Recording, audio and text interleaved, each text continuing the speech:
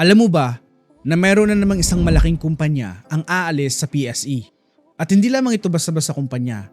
Ang pinag-usapan natin dito ay ang RRHI o Robinsons Retail Holdings Inc.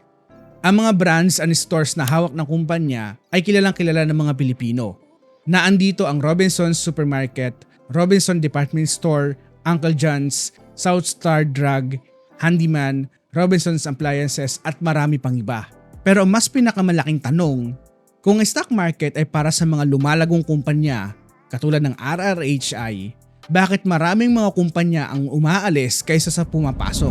Now ayon sa ulat, ang RRHI ay gustong lumabas sa stock market sa presyong 48.30 pesos per share. Sa video nito ay pag-uusapan natin ang ibig sabihin ng delisting and also bakit nga ba gustong umalis ang RRHI at kung bakit dumadami yung mga gustong umalis sa Philippine Stock Exchange.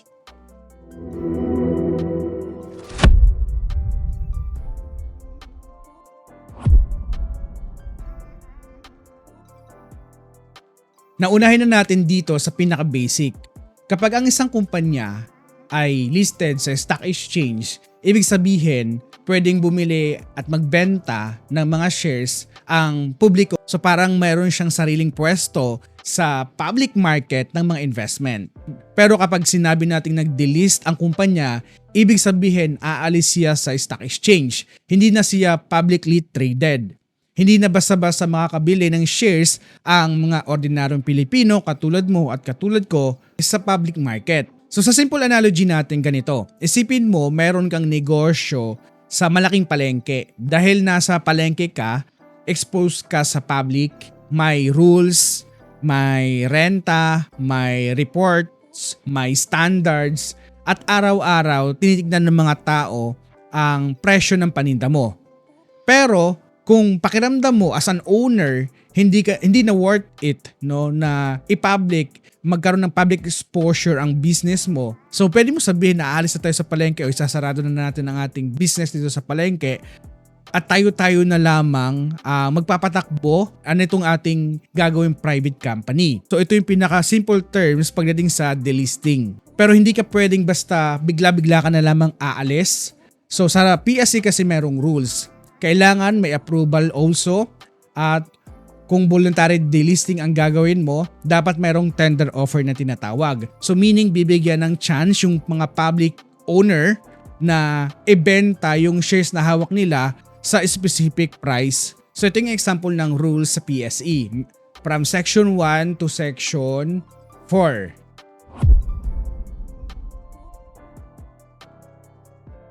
So ito nga pinaka-latest natin sa usapin ng delisting. Noong March 27, 2026, nag-disclose ang RRHI na informed sila by GAE Holdings tungkol sa plano nitong mag-launch ng tender offer sa price na 48.30 pesos per share. Pag-usapan pa rin ito ng mga shareholders para sa kanilang proposed voluntary delisting. So, ito ay mangyayari sa May 12, 2026 sa kanilang annual stockholders meeting din also. And also, mayroon isang mahalagang anggulo na dapat nating tignan. According to the RRHI own explanation and related reports, binibigyan nito ng meaningful exit and opportunity ang mga shareholders, current shareholders sa public market na maibenta kanilang holdings sa 48.30 pesos, and that's a big upside potential pa para sa mga shareholders ng kumpanya kasi currently nagtitrade ang RRHI sa 30 plus level na presyo and nga magbibigay nga sila sa 48.30 pesos. So meaning meron pang more than 30% na upside potential ang binibigay nila.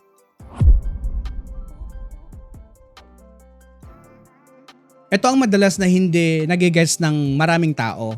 Kapag ang kumpanya ay gustong mag-delist, hindi automatic ibig sabihin na luging-lugi ang kumpanya. Minsan, profitable naman ang mga company pero feeling ng mga major owners, hindi na siya nabibigyan ng tamang presyo sa stock market. At yan mismo ang mas malaking usapin ngayon dito sa ating bansa, yung depressed valuation. So sa madaling salita, kung ang worth ng bahay mo, sabihin na natin 10 million pesos, pero yung market participant gusto lang bilhin ang bahay mo ng 6 million pesos, Now, kung kaya mo naman bilhin pabalik presyo ng bahay mo sa 7 million pesos, baka isipin mong panalo ka pa in the long run. So that's the logic. So dagdag pa diyan, being a public listed company isn't free. It's not free. May disclosures, may compliance cost, pressure from quarter results, public scrutiny, and market sentiment. So kung hindi mo naman nakukuha ang benefits from being a listed company like strong valuation, liquidity, and easier makakuha ng capital, and some owner talagang magtatanong, bakit pa ba kami magiging listed dito sa PSE?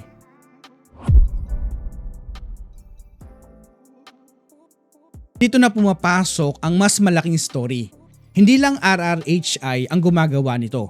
Here are the some of the notable voluntary delisting in a recent year, no? Noong 2023, nag-voluntary delist din ang Eagle Cement, To Go Group, Metro Pacific Investment, and Holcim Philippines. Noong 2024, nagkaroon din ng voluntary delisting ang Premium Leisure Corporation and SFA Semicon Philippines, no? And noong 2025, sumunod ang Keppel Philippines Holdings at ang House. Ngayong 2026, kasama sa usapin na ito ang Asian Terminals and also nga ang pagbabalak na mag-delist ng RRHI. So kung titignan natin ito guys, this is not just a one family's company, no?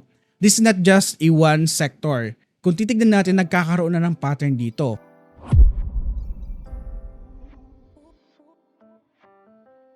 Siguro ang iba sa inyo magtatanong, Renz, di ba merong IPO pa rin naman? Okay? Yes, meron pa rin naman. So mahalaga maging fair din tayo dito. Kasi hindi ibig sabihin na patay na ang stock market kapag marami din ang nagde-delist, no?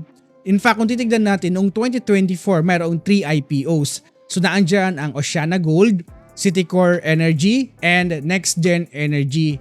And in 2025, there are 2 IPOs din. Nandyan ang Topline and ang IPO ng Maynilad. So kung titignan natin, yung ating research ay hindi black and white ang story. So ang tamang framing dito, may market pa rin naman. May pumapasok na mga kumpanya at mayroong lumalabas. Pero kung titignan na rin pa rin natin, mayroong malinaw na pattern. Yung mga malalaking kumpanya ay lumalabas sa manatiling public company.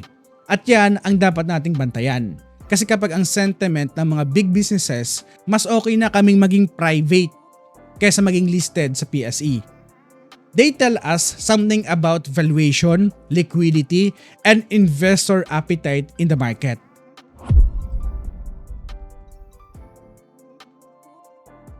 Ito ang pinaka-importanting part para sa ordinaryong Pilipino, katulad mo at katulad ko. Okay, karamihan sinasabi, no, kapag ganito, hindi naman ako maapektuhan niya kasi hindi naman ako nag-invest sa kumpanya na nagde-delist and also wala akong pakialam sa PSE or stock exchange natin. Okay guys, so ito yung mga gusto kong i-point out. Una, because the stock market reflect confidence. Kapag maraming mga malalaking kumpanya ang gustong umalis, maaring ibig sabihin they don't see enough benefits from being public traded companies at a current market condition that affect how both local and foreign investor view the market, no? Pangalawa ay kapag mas kaunti ang listed companies sa ating bansa, mas kaunti lamang ang choices ng mga Filipino investors like you and me, and also even yung mga nagmamanage ng fund like fund managers, people in the mutual fund, UITF, and many more, no? Makaunti lamang yung mga kumpanya or stocks na pwede nilang pagpilian. Pangatlo, stock market visibility. Okay, visibility matters. Ano yung ibig ko sabihin dito? Kapag listed ang isang kumpanya, mas public ang reporting, mas exposed sa scrutiny, mas visible ang governance ng kumpanya. So kapag private na kasi ang isang kumpanya, hindi na gaanong accessible sa ordinaryong Pilipino katulad mo, no? At katulad ko, ang kanilang mga information. Pang-apat, this affect financial culture. Kung gusto natin ng maraming Pilipino yung gustong matuto ng pag-i-invest sa stock market, pero yung mga kilalang kumpanya ay umaalis naman sa stock exchange, medyo mixed signal iyon para sa publiko. Okay, para bang sinasabi ng system, mag-i-invest kayo sa market. Okay? Pero, ang sagot ng ibang malaking company, actually aalis na muna kami. 'Di ba? Parang mixed emotion yung titignan natin dito.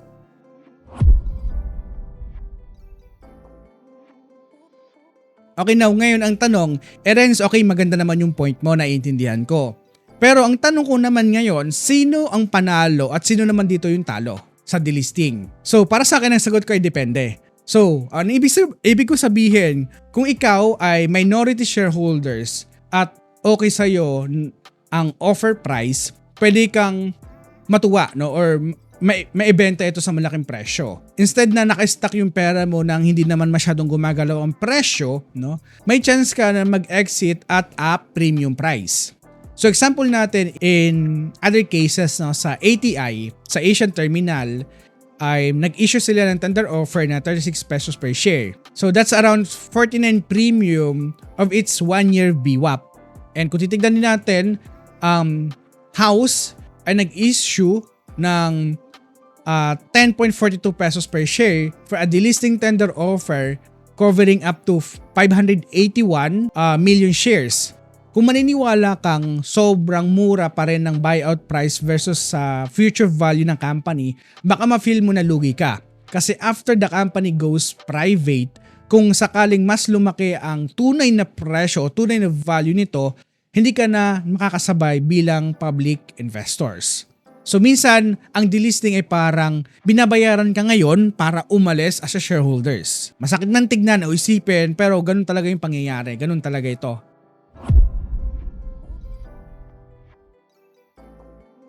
Now, ang pinakamalalim at pinakamalaking issue, ito ba isang market problem? Personally, ito ay pinaka-interesting na question. Maybe RRHI delisting is not just about RRHI lang, no? Maybe it's a mirror. A mirror of how the market is pricing the Philippine companies. A mirror of weak liquidity. A mirror of investor caution, no? A mirror of why some owners or company owners think they are better outside of the stock exchange, no? Okay, at ito yung pinaka-tricky part. Kung titignan natin as a public owner, kapag bumabagsak ang market natin, di ba? Sinasabi natin lagi, ang daming mura mga stocks. Ano naman yung tingin ng mga majority shareholders ng mga bawat kumpanya? Exactly, kaya namin bibilhin yung kumpanya. Okay, kung titignan natin, same fact, different winner. And kaya naman napaka-importante nito para sa akin at sa iyo na rin na talakayin natin. Kasi kapag itong trend na ito ay mag-continuous, mas marami yung mga umaalis sa pagiging public, di ba? Baka mas kaunti lamang yung mga matirang di-kalibreng companies, no, dito sa stock market sa ating bansa. And that can make exchange less exciting, less representative, less attractive over time, guys, no? And according to the recent reports, analysts already expect more delisting in 2026 because of broadly depressed valuation. So RRHI maybe not the last. Baka isa lang siya sa mga next wave.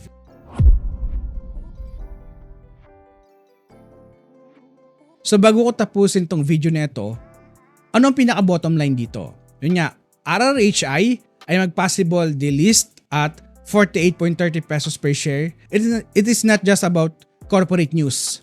It's a signal. A signal that some big owners believe that the market is not giving enough value to their companies. A signal that staying listed may no longer worth the cost and the hassle for some firms or some stocks, no? And also a signal that the Philippine market may need deeper liquidity, stronger participation, and better confidence if it wants, no, to keep yung mga quality businesses na nakapublic sa ating bansa. So for ordinary Filipino like you and me, ang pinaka-key lessons dito ay simple lamang. Hindi porket nasa stock market ang isang company, ibig sabihin gusto na niyang manatili doon forever. At hindi porket nag-delist ang company, hindi ibig sabihin mahina na agad ang negosyo. Minsan kabaliktaran pa nga. Minsan gusto lang ng owner na kunin ulit ang buong value habang mura pa sa tingin ng market. So the real question is not just bakit nag-delist ang RRHI.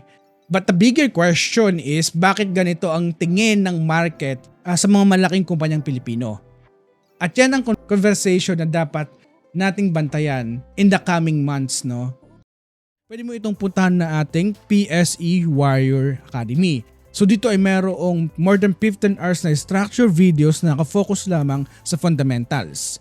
So from zero knowledge to knowledgeable investors, magkakaroon ka ng malawak na idea dito about fundamental analysis. So nasa comment section lamang yung link ng ating website.